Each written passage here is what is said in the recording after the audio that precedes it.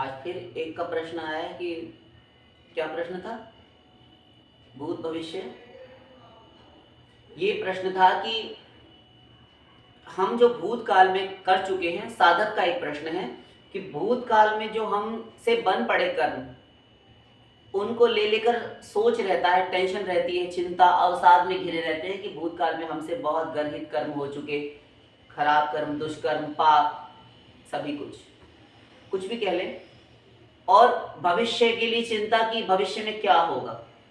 भविष्य में कर चुके हैं ये तो नहीं कहा जा सकता ना, भविष्य तो जब आएगा तब करोगे, किंतु भविष्य में क्या होगा। हमारे लिए तो प्रश्न हास्यास्पद है, हंसी आने वाली बात है। और वर्तमान सही सही उत्तर देने बैठे तो ये है कि भूतकाल के लिए तो अब चिंता करने की आवश्यकता समाप्ति हो गई, क्योंकि भूतकाल में जो तुम कर चुके वो एक समय जब वो भूतकाल बन चुका, आज वो भूतकाल है, किंतु वो भूतकाल भी किसी समय वर्तमान तुम्हारे लिए था और भविष्य था। कैसे? इसलिए क्योंकि तुम सदा से हो, तुम सदा से हो, ईश्वर सदा से है, माया भी सदा से है। ये ब्रह्म जीव माया, ये तीन तत्व, एतज्ज्ञेयं नित्यमेवात्म संस्थं नातः परम वेदितव्यं हि किंचित् भोक्ता भोग्यं प्रेरितारं च मत्वा सर्वं प्रोक्तं त्रिविधं ब्रह्ममेतत्। ये तीन ब्रह्म हैं और ये सदा से अनाद्य अनंत शाश्वत है, अनादि अनंत शाश्वत, सदा से थे, हैं, सदा रहेंगे। ब्रह्म जीव माया, भोक्ता ब्रह्म, भोग्य ब्रह्म और प्रेरक ब्रह्म, ये तीन तत्व सदा से थे, हैं और रहेंगे।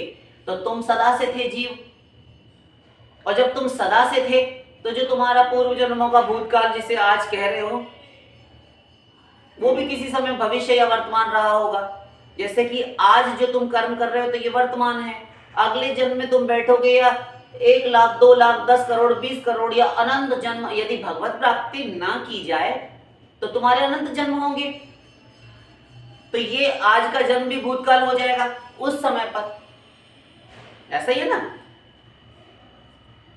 तो वो तो हो चुके, ये तो समझाने के लिए कहा, किंतु वो तो हो चुके, अब उनके लिए तुम कुछ कर ही नहीं सकते।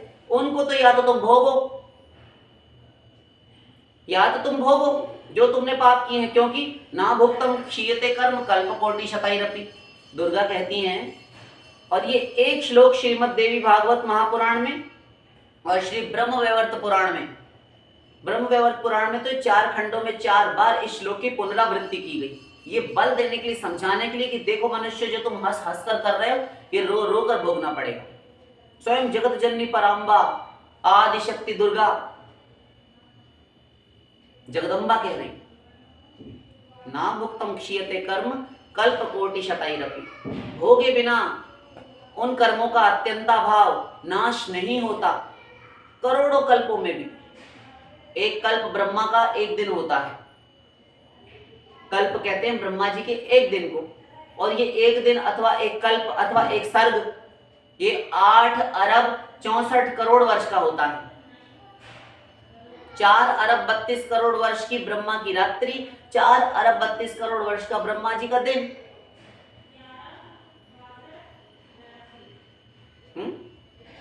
कुल जमा टोटल 8 अरब 64 करोड़ वर्ष। ऐसे कल्प कोटि शतैरपि, 100 करोड़ कल्पों में भोगने पर भी समाप्त नहीं होगा जब तक नहीं भोग लिया जाएगा। इसलिए ये मत सोचना कि हमने इस जन्म में तो किसी का बुरा नहीं किया, हमने तो इस जन्म में कोई पाप नहीं किया, हमने तो एक चींटी भी नहीं मारी। हाँ, हमसे बहुत लोग ऐसे बोलते हैं, हम किसी का रुआ नहीं दुखाए हैं आज तक, ऐसा बोलने वाले। अरे इस जन्म में रुआ नहीं दिखाया, पूर्व जन्मों में तो मांसाहारी रहे होगे, कितने खा डाले होंगे तुमने जीव जंतु, कितनों को तुमने मारा काटा होगा, कितनों को लूटा खसोटा होगा, क्योंकि तुम जीवात्मा हो। मनुष्य चोले तुमने धारण किए, तुमने क्या नहीं किया स्त्री पुरुष बन बनकर, उसी का दंड भोग रहे हो तुम, कुत्ते बिल्ली शुकर कीट पतंग आदि योनियों में, और तुम कहते हो हमने कुछ नहीं किया।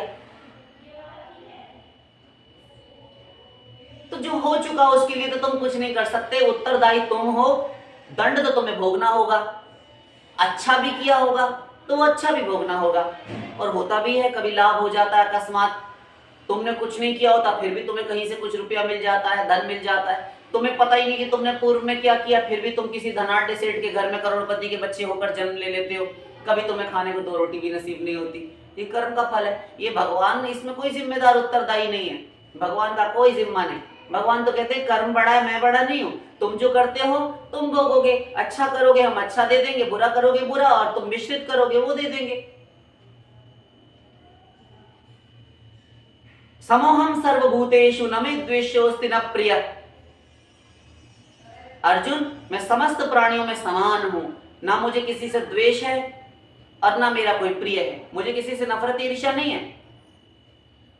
गीता फिर कह रहे हैं, सब मम प्रिय सब मम उपजाए। सारे ही मेरे प्रिय हैं, सारे मेरे ही पैदा किए हुए हैं। मम उपजाए,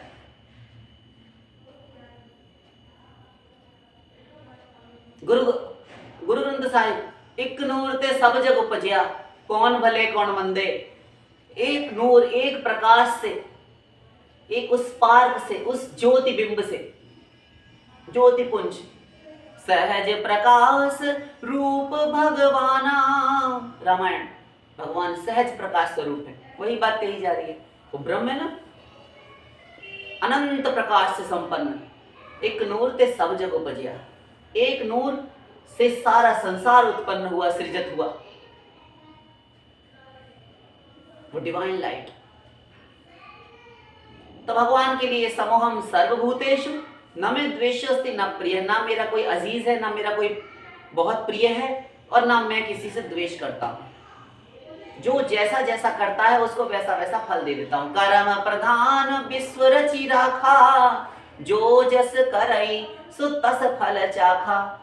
जैसा किया वैसा ही मजा चखा उसने अपने कर्म का, भोगो। तो ना भुक्तम क्षीयते कर्म कल्पकोटि शतैरपि। करोड़ों कल्पों में भी भोगे बिना कर्म फल का अत्यंता भाव नहीं होता। वो ही संचित, बहुत बार बताया जा चुका है, निकल निकल कर आते रहते हैं। देखते हो इस जन्म में बिल्कुल सही सही चल रहे हो, फिर भी पाप कोई ना कोई फल आ जाता है, भगवा लेता है, कभी रोग हो जाता है, कभी कुछ। इसीलिए हरि गुरु सावधान होकर चलने के लिए कहते हैं कि देखो तुम्हारे अनंत जन्मों के अनंत पाप पड़े हुए हैं, कब उसमें से एक बीज निकलकर इस जन्म में आ जाए, उड़कर प्रारब्ध में से आ जाए, संचित में से आ जाए। इसलिए क्रियमाण को सुधार लो और साथ साथ भजन करते चलो। भजन करो जिससे कि बस इसे शरीर में रुक जाएगा। फिर भगवत प्राप्ति होने के बाद गोलोक में तो कर्मफल भोगवाया नहीं जाता, और हम नहीं मानते, मक्कारी किए रहते हैं, मटर गश्ती किए रहते हैं, वरना तो भोगना पड़ेगा। तो जो पूर्व में हो गए उनके लिए कुछ नहीं किया जा सकता, उनकी तो केवल एक औषधि, एक दवा, एक उपचार, भोगो। तो तुम्हें सोचना क्या, अभी इसका निराकरण पूरी तरह नहीं हुआ, टेंशन मत लो, टेंशन मत लो, बहुत ज्यादा चिंता अवसाद में घिरने की आवश्यकता नहीं। इसका उपाय भी है और बताया भी है, याद नहीं आप लोगों को, आप लोगों की बुद्धि याद नहीं रखती। तो ये तो नियम हुआ साधारण व्यक्ति के लिए, साधारण जीव के लिए, कि उसको तो भोगना ही है। ज्ञानी भोगे ज्ञान से और मूर्ख भोगते रोए। तो वो तो कुछ किया ही नहीं जा सकता, क्योंकि वो ना भुक्तम क्षीयते कर्म कल्पकोटि शतैरपि। करोड़ों कल्पों में भोगे बिना कर्म फल का अत्यंता भाव नहीं, वो तो भोगने के बाद ही समाप्त होगा। भोग लिया, उसका फल मिल गया, समाप्त, अब वो कुछ नहीं, अब गया, अब नहीं भोगवाया जाएगा। तो इस प्रकार तो जीव शुद्ध ही हो रहा होता है, किंतु आगे भी तो कर रहा है, आगे भी तो कर रहा है ना, इसलिए। और भविष्य की चिंता, वर्तमान में तुम सही सही करोगे तो भविष्य की चिंता तुम्हें होनी नहीं चाहिए। भविष्य और वर्तमान को हम दोनों को जोड़कर चल रहे हैं, कोई भी होगा यही कहेगा। भविष्य की चिंता किसे, आप सोचो, ये व्यक्ति है सांसारिक, घर गृहस्थी वाला, तो ये गृहस्थी है तो सांसारिक है, इसको संसार में आवश्यकता, दाल चावल आटा रोटी कुछ ना कुछ की आवश्यकता पड़ेगी, 2 वस्त्र भी तन ढकने के लिए चाहिए, सिर छुपाने के लिए कुछ, एक मकान एक कमरा तो चाहिए। तो यदि ये जोड़कर संग्रह करके नहीं रखेगा तो भविष्य में पराया सत्तू हो जाएगा, किसके आगे हाथ फैलाएगा। यदि साधु सन्यासी भगवत भक्त हो वो अलग है, गृहस्थी पास में रखता है तो भगवत सेवा के लिए रखे, और इसलिए रखे क्योंकि गृहस्थी हमें कौन दे देगा भाई, तुम भी तो कमाते हो, तुमने क्या किया। साधु सन्यासी को तो संसार जानता है कि भजन करने वाला है, इसको देने से तो इसकी साधना का सारा पुण्य, इसके भजन का बल हमें मिल जाएगा, हमारा परमार्थ बन जाएगा, तो इसलिए उनको देना बनता है शास्त्राज्ञा अनुसार। जो परिव्राजक होते हैं वो गृहस्थियों से ही उनका भरण पोषण चलता है, इसलिए गृहस्थाश्रम को धन्य कहा गया। किंतु जो खुद ही कमाए, खुद ही भोगे, खुद ही के बीवी बच्चे पाले, अपने भरण पोषण में पशुओं की तरह देह पालने में लगाया रखे, वो तो नरक में जाएगा गृहस्थी। गृहस्थाश्रम की जो प्रशंसा की गई है वो अन्य आश्रमों की तुलना में इसीलिए की गई है क्योंकि तीनों आश्रम इस गृहस्थ से पलते हैं। गृहस्थी तो व्यापार इत्यादि करता है, ये तीनों तो भगवत भजन के लिए चले जाते हैं, वानप्रस्थी, ब्रह्मचारी, सन्यासी इत्यादि साधु संत। ये तो कमाते नहीं, तो धन कमाएंगे नहीं क्योंकि भगवान के भरोसे चले जाते हैं। तो भगवान इनको निमित्त बना बनाकर इनके कल्याण के लिए गृहस्थियों को कि देखो तुम्हें आसक्ति संसार की है, इसलिए तुमने संसार का त्याग नहीं किया, नहीं तुम घर में कमाने में लगे रहे, बीवी बच्चों में, हाँ तो देखो तुम भजन तो नहीं कर पा रहे हो, थोड़ा थोड़ा नाम ले लेते हो, कोई बात नहीं, किंतु साधु संतों का संग करे रहो, इस बहाने तुम्हें साधु संतों की सेवा मिलती रहेगी। तो जो मेरे मद भक्त से ये भक्ता ते में भक्त तमामता, जो मेरे भक्तों के भक्त हैं वो मेरे सबसे बड़े भक्त हैं। जो मेरी डायरेक्ट पूजा सेवा उपासना भक्ति करता है वो भी भक्त है, भगवान ने मना नहीं किया, किंतु जो मेरे भक्तों के भक्त हैं, मद भक्त से ये भक्ता ते में भक्त तमामता, मेरा मानना ऐसा है अर्जुन आदि पुराण, वो मेरे भक्तों के भक्त ही सबसे बड़े भक्त है, ऐसा मैं मानता हूं। इति में मति, तो तुम उनका संग छोड़ना मत।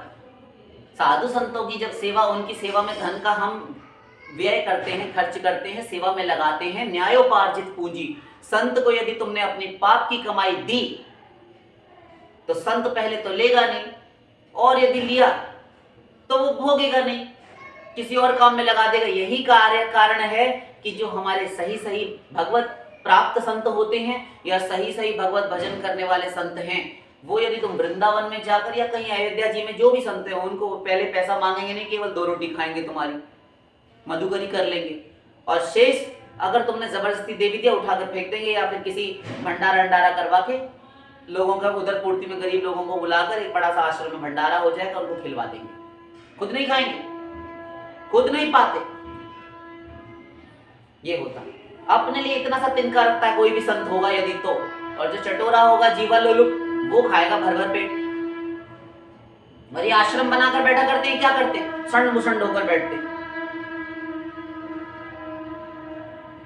भगवत प्राप्त संत जीवा लोलुप कैसे होगा, जब समस्त विषयों का परित्यागी होगा तो जीवा लोलुप क्या होगा, धन का लोभी क्यों होगा, वो धन को तो छोड़कर वो भगवान की शरण में आया है।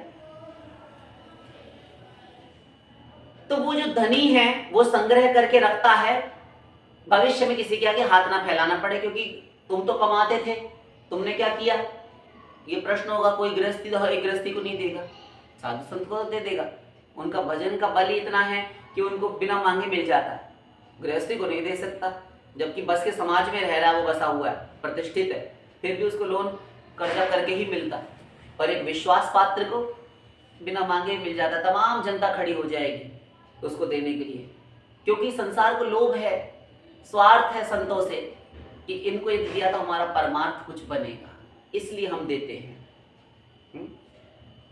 तो वो भविष्य के लिए जोड़कर संग्रह करके रखता है। ऐसे ही जिसने भजन अपना देख लिया कि मैं जीवात्मा इस शरीर में कैद हूं, अभी आपने सुना पूर्व प्रवचन में कि वो इस शरीर में हम हैं, किंतु भविष्य में इस शरीर को तो छुड़वा लिया जाएगा, यहीं धरवा लिया जाएगा, और इस शरीर को प्राप्त करके हमने जो मक्कारी, अच्छा बुरा, कुकृत सुकृत जो कुछ किए हैं, दुष्कृत किए हैं, उनका फल भी तो अच्छा बुरा भोगना पड़ेगा। तो भविष्य हमारा ना बिगड़े तो इसी जन्म में हम अच्छा अच्छा कर लें, ये पूंजी है। तो जब तुमने वर्तमान सुधारा तो भविष्य सुधरा हुआ है। वर्तमान कैसे सुधरे, भगवत भजन करो, साधना बताई जाती है वो करो, नाम जप करो, भजन करो, एकांतवास करो, विविक्त सेवी लघ्वाशी भक्तिमान या समय प्रिय, एकांत में रहने वाला, विविक्त सेवन करने वाला, अकेला रहने वाला, लघ्वाशी परिमित भोजन करने वाला, थोड़ा भोजन करने वाला, जितने में शरीर इंद्रिय संतुष्ट रहें, प्रसन्न रहें, खादी का भी चिंतन ना हो बार बार कि भूखे रह गए, ढंग से नहीं खाने दिया, गुरुजी ने ऐसा कहा है कि 2 ही रोटी पाना तुम अगर 5 की भूख हो तो, ऐसा नहीं। परिमित आहार करने वाला, युक्त आहार विहारस्य युक्त चेष्टस्य कर्मस्तु युक्त स्वप्नावबोधस्य योगो भवति दुःखः। समय पर सोए, समय पर जागे, परिमित खाए, बहुत ज्यादा ना खाए, बहुत कम भी ना खाए, ये श्री कृष्ण की आज्ञाएं हैं। बहुत भूखा नहीं रहना चाहिए, बहुत अधिक भी नहीं खाना चाहिए। भगवान ये भी कहते हैं जो बहुत अधिक खाता है उसका योग सिद्ध नहीं होता। ऐसे कैसे? जब बहुत अधिक खाएगा ठूस ठूस कर तो उसको आलस से प्रमाद आएगा, वो सो जाएगा। जितना अधिक खाएगा उसकी मृत्यु भी जल्दी होगी। जो अधिक खाता है उसकी मृत्यु जल्दी होती है। जो अधिक सहवास संभोग आदि करता है, जो वीर्यपात करता है, बारंबार अपना ब्रह्मचर्य नष्ट करता है, इस जीवन शक्ति, इस जीवन रस को, इस पौरुष रस को, इस जीवनी शक्ति का ह्रास करता है अधो मार्गों से, विभिन्न शारीरिक कुत्सित चेष्टाओं के द्वारा, इस सब से अनेक अनेक प्रकारों से जो 8 प्रकार के 8 प्रकार के मैथुन होते हैं, इनका परित्याग नहीं करता, बार बार मैथुन करेगा, वीर्य रस को बार बार निचोड़ देगा शरीर इंद्रियों से, शरीर में बचेगा क्या? यही तो तेरी सारी चिर संचित कमाई है। यदि तू इसी का बार बार नाश करेगा, क्षणिक कुसंग करके, बारंबार व्यर्थ अनर्थ चिंतन करके, तो क्या होगा? जब इसको नष्ट किया, तुम्हारे शरीर में वही तो अंतिम धातु है, सप्त धातुओं में रक्त, मांस, मज्जा, वसा, अस्थि, ये सब जो मेद है, उसके बाद में अंतिम शुक्र धातु, शुक्र अर्थात वीर रस, और उसी का तुमने उस ओजस रस का, उस जीवनी शक्ति का ह्रास कर दिया। ये जो वीर्य तुम थोड़ी थोड़ी देर पर नष्ट करते हो, एक एक दिन में, ये लड़कों की शिकायतें आती हैं कि हम तो दिन में 4 बार 8 बार हस्त मैथुन कर लेते हैं, हम तो ऐसा कर लेते हैं, हम तो भिन्न भिन्न क्रियाओं से। एक आया नमूना, वो बोला, एक महानुभाव कहते हैं कि हमसे तो रहा ही नहीं जाता, गृहस्थी, हम तो स्त्री से अपनी एक रात्रि में ही कई बार सहवास कर लेते, घर में रहते तो दिन में भी हम कर लेते। बताओ, ये बताने की बात है। और समाज में बैठकर ये बातें बड़ी प्रखरता से बोलते हैं, जैसे कि इन्होंने स्वर्ण पदक जीता हो, जैसे ना जाने क्या किया, पशुवत भोग करके। ऐसे तो कुत्ते बिल्ली ये सब गधे ये सब सड़क पे मार्गों में किया करते हैं बेशर्म निर्लज्ज की भांति, और तुम ये बात आके बताने में भी तुम्हें शर्म लज्जा का अनुभव नहीं होता। ऐसा ऐसा करते हैं हम। और जो अविवाहित हैं तो वो हम ऐसा करते हैं, हम ऐसा करते हैं, दिन भर में हमको जब तक 4 5 6 बार ना कर ले तब तक, 4 5 6 बार करेगा तो अपनी ठटरी, अपनी चिता जलाने के लिए पूरी अपनी अर्थी की व्यवस्था भी पूरी तैयार करके रखो, क्योंकि तुम्हारे शरीर में कुछ बचेगा नहीं। तुम्हारे देह में है क्या? शरीर में बचा क्या? तुम्हारे नेत्र ज्योति मंद पड़ जाएगी, तुम्हारी बुद्धि मंद पड़ जाएगी, बुद्धि काम करना बंद कर देगी, उठने का तुम्हारा मन नहीं होगा, तुम्हें रोग हो जाएगा, तुम्हारे वृषण में, तुम्हारे अंडकोशों में, तुम्हारे टेस्टिकल्स में दर्द होने लगेगा, कल को भयंकर पीड़ाएं हो सकती हैं, अनेकों प्रकार के रोग, तुम्हारी चयापचय सिस्टम, मेटाबॉलिज्म सब बिगड़ जाएगा, तुम्हारी धातु क्षीणता, शीघ्र पतन, अनेकों प्रकार की समस्याएं उत्पन्न हो जाएंगी। क्या तुम मनुष्य हो? तुम्हें समझ ही नहीं आता। तुम्हारा भोजन पचना बंद हो जाएगा, कब्ज रहने लगेगी, क्रोनिक डिजीजेस हो जाते हैं शरीर में, पेट हजम करना बंद कर देता है, इसी में ये जो भोजन पचाने की शक्ति होती है ये मंद पड़ जाती है, इसको मंदाग्नि बोलते हैं, मंदाग्नि। ये सब नष्ट किए जा रहे हो। भगवान कहते हैं कि जो धर्म संगत, न्याय संगत काम है 68 विभूतियों में, विभूति योग में, वो न्याय संगत धर्म संगत काम मैं हूं। प्रजा उत्पत्ति का कारण जो है, अर्थात संतान उत्पत्ति को, संतान को जन्म देने के लिए जो स्त्री से किया गया सहवास, संसर्ग है अपनी पत्नी से, मर्यादित रूप से, मनु धर्म के अनुसार, शास्त्र आज्ञा के अनुसार, यदि तुम किसी स्त्री से विवाह करके आए हो तो उससे संबंध बनाना, और केवल संतान उत्पत्ति, अपने वंश की बेल को, वंशलता को बढ़ाने, प्रस्फुटित करने के लिए, पुष्पित पल्लवित करने के लिए, कि हमारा वंश यहाँ निर्मूल ना हो जाए, समाप्त ना हो जाए, उसके लिए धर्म संगत काम मैं हूं अर्जुन। किंतु अमर्यादित विषय भोग को श्री कृष्ण ने कहीं संस्तुति नहीं की गई, नहीं की है श्री कृष्ण ने कि तुम ऐसा करो, जब मर्जी आए तब करो। और दिन में सहवास संभोग इत्यादि ये तो घोर गर्हित कर्म है। एक एक क्षण में ये सब लगे रहते हैं युवा, फोन देखेंगे, गलत गलत लोगों का संग करेंगे, अनेकों प्रकार से सब सत्यानाश किए रहते हैं। तो क्या होगा? इस प्रकार से कभी तुम्हारा काम नहीं बनने वाला। तो ये रोके रखो इसको।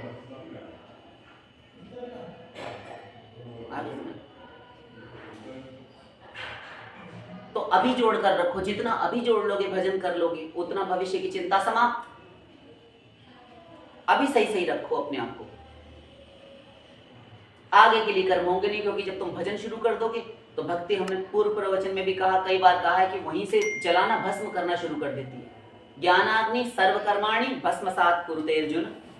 ज्ञान की अग्नि समस्त कर्मों, सर्वकर्माणि, बहुवचन भगवान कह रहे हैं, भस्मसात् कुरुते तथा। जिस प्रकार अग्नि संविधाओं को जलाकर भस्म कर डालती है, ऐसी ज्ञानाग्नि सर्वकर्माणि, समस्त कर्मों को नाश कर देती है। और भक्ति की अग्नि